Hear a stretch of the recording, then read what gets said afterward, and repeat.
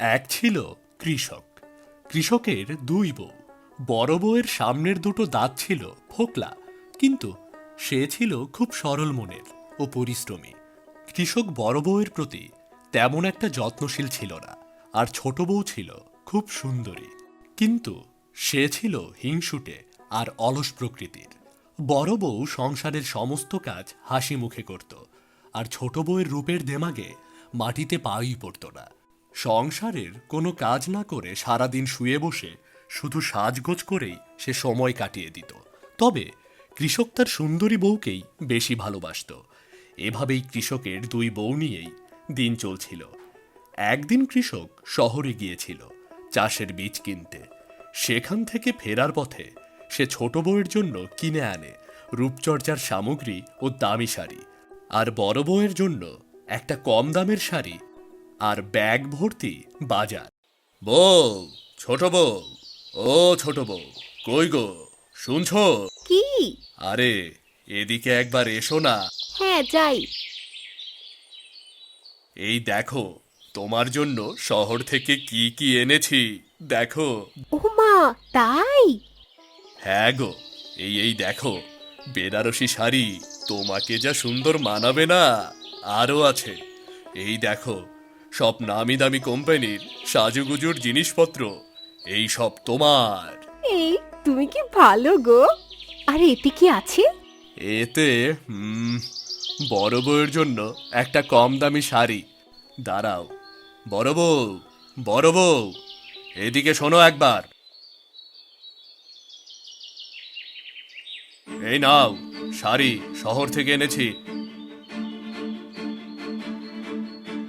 আর এই নাও, এই ব্যাগটা নাও, এখানে সবজি আছে। আর হ্যাঁ, এতে খাসির মাংস আছে, বেশ জমিয়ে রান্না করবে। হ্যাঁ, আমরা দুজনে কবজি ডুবিয়ে খাবো। তুমি গোসল করে নাও, আমি রান্না বসাচ্ছি।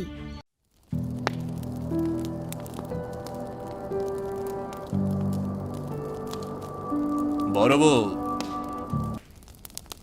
পশ্চিম আকাশে দেখছি ঘন কালো মেঘ জমেছে। তুমি এক্ষুনি গিয়ে গরুটা মাঠ থেকে নিয়ে আসো।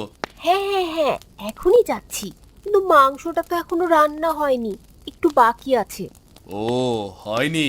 ঠিক আছে, তুমি যাও, আমি করে নিচ্ছি।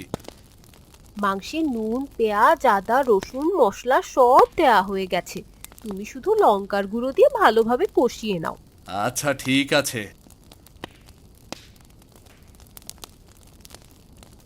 হ্যাঁ, রান্না শেষ। এবার চেখে একটু দেখে নেই।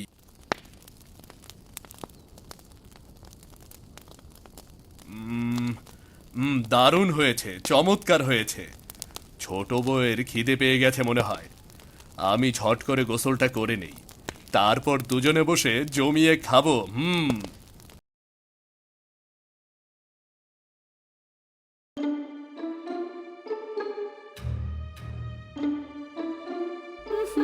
আর একটু দেই, পুরোটাই দে। এবার বুঝবে বড় বউ।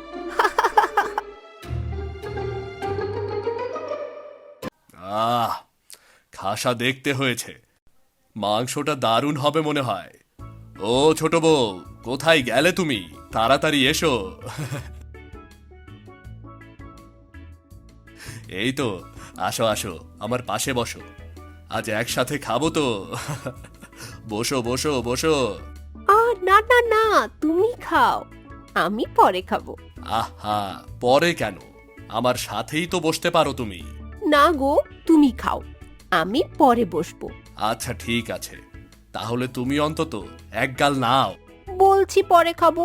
আহা, তোমাকে এক গাল খেতেই হবে, না বললে চলবে না। এই খেয়ে দেখো তো মাংসটা কেমন হয়েছে। এই নাও নাও।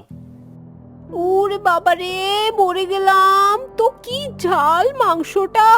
ও মা! হ্যাঁ, কি বলছো? মাংসে প্রচন্ড ঝাল? কিন্তু কি করে? হ্যাঁ, কি করে আবার? হিংসে হিংসে। তুমি আমার জন্য দামি শাড়ি কিনে এনেছো না, তাই ইচ্ছে করে পর্দি মাংসে ঝাল দিয়েছে। কি যা তা বলছো? মাংসে ঝাল তো আমি দিয়েছি, আর আমি চেখেও দেখেছি, ঠিকই ছিল। তাহলে ঝাল হলো কি করে? আর ও তো এইমাত্র মাঠ থেকে ফিরলো, ও ঝাল দেবে কি করে? না মানে? তার মানে তুমি এসব করেছো? ছি ছি ছি ছোট বউ, ছি। এটা তোমার কাছ থেকে আমি আশা করিনি। সেই দিন বিকেল বেলায় বড় বউ ঘরে না থাকার সুযোগে ছোট বউ একটা তেলের ড্রাম নিয়ে রান্নাঘরে প্রবেশ করে আর ইচ্ছে করে কিছুটা তেল মেঝেতে ফেলে দেয়, যাতে বড় বউ রান্নাঘরে প্রবেশ করতে গেলে সেই তেলে পা দিয়ে পা পিছলে পড়ে গিয়ে তার পা ভেঙে যায়। এইবার তেলে যেই না পা দেবে অমনি পটাং। ছোট বউ, ছোট বউ, ও ছোট বউ। ও মা গো, বাবা গো, মা গো, মরে গেলাম গো, আমার সব দাঁত ভেঙে গেল। ও মা, কি ভীষণ যন্ত্রণা। আমার দাঁতগুলো কেমন বড় বউয়ের মতো ফোকলা হয়ে গেল, কি বিচ্ছিরি হয়ে গেল আমার দাঁতগুলো, কি খারাপ দেখতে লাগছে আমায়। ছোট, তুই দরজাটা বন্ধ করে দে, আমি গরু নিয়ে চললাম মাঠে। সঙ্গে একটু করমুড়ি নিলাম, খিদে পেলে খাবো। কখন একটু পান্তা ভাত খেয়েছি যে। কৃষকের বড় বউ মাঠে গরু চড়াতে গিয়ে গাছের তলায় ছায়ায় বসে গুড়মুড়ি খেতে খেতে কখন যে হাঁ করে ঘুমিয়ে পড়ে সে নিজেও জানে না। এদিকে তার মুখে লেগে আছে গুড়মুড়ি। সে সময় পাশের একটি ইঁদুরের গর্ত থেকে একটি ইঁদুর বেরিয়ে বড় বউয়ের আশেপাশে ঘুরতে থাকে।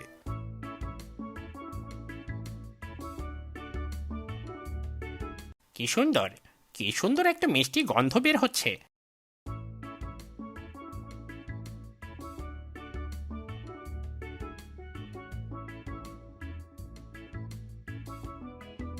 এই তো মুখে কত খাবার লেগে রয়েছে।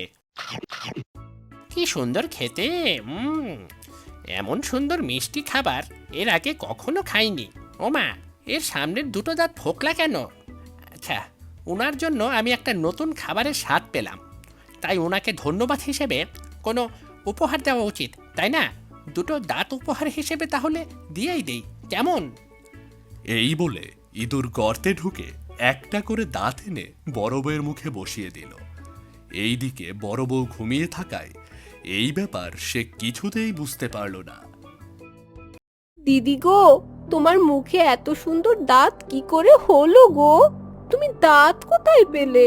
হ্যাঁ, আমার মুখে দাঁত সত্যি তো, কি করে হলো? আমি তো কিছুই জানি না।